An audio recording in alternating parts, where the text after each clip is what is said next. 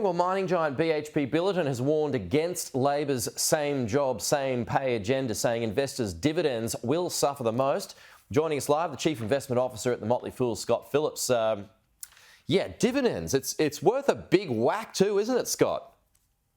It is, mate. Good morning, by the way. 30 cents per share per year is what BHP is saying will have to come out of those shareholder dividends if these changes are made. BHP pretty clearly trying to mobilise the shareholder base against these potential rules. $1.3 billion is the profit hit BHP is claiming will be the impact. Now, we might be able to take that with a grain of salt, given BHP's got a point to make. You can also, by the way, look at this either way. Either it's $1.3 billion worth of profit lost or wages paid, maybe to those workers who might otherwise get paid more. So that's a philosophical discussion for another day. The dollar values here, think about BHP, add in Rio, Fortescue, add in the drillers, oil and gas drillers around the country, others who rely on contract workers. It's a pretty seismic change to hiring policies, employment policies in Australia for a whole lot of industries, mate. And this is, to some degree, as I said, just one number from the biggest, but one company. You can probably multiply that a couple of times to get the real impact across the economy. So, is that the cynical attempt to get some more support against those IR changes? I mean, how many shareholders would BHP have? I don't know. I'm not sure the number, but you're absolutely, of course, exactly that's what it is. It's a cynical attempt. It's a very, look, this is a PR war, right? The government's saying we want to do this, BHP saying how do we stop it? Frankly, if you can say to people, this will hurt your hip pocket, make sure you make your voice.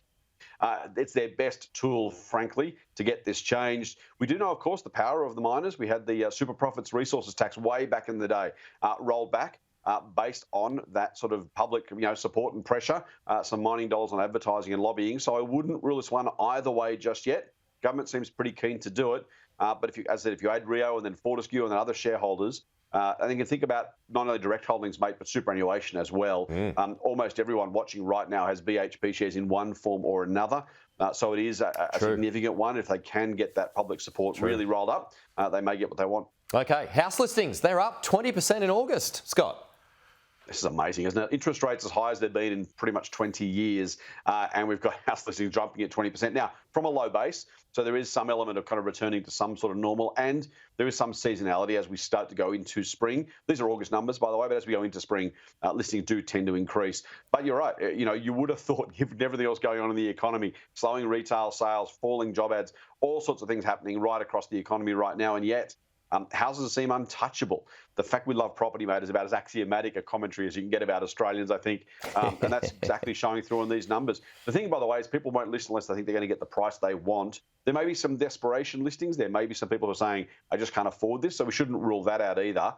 We might need to look at the prices, not just the listings. But there's no sense there's any panic selling around right now. It does seem very clearly there are people prepared to buy and people prepared to sell it at the prevailing price. Good to see you. As always, Scott Phillips, thank you.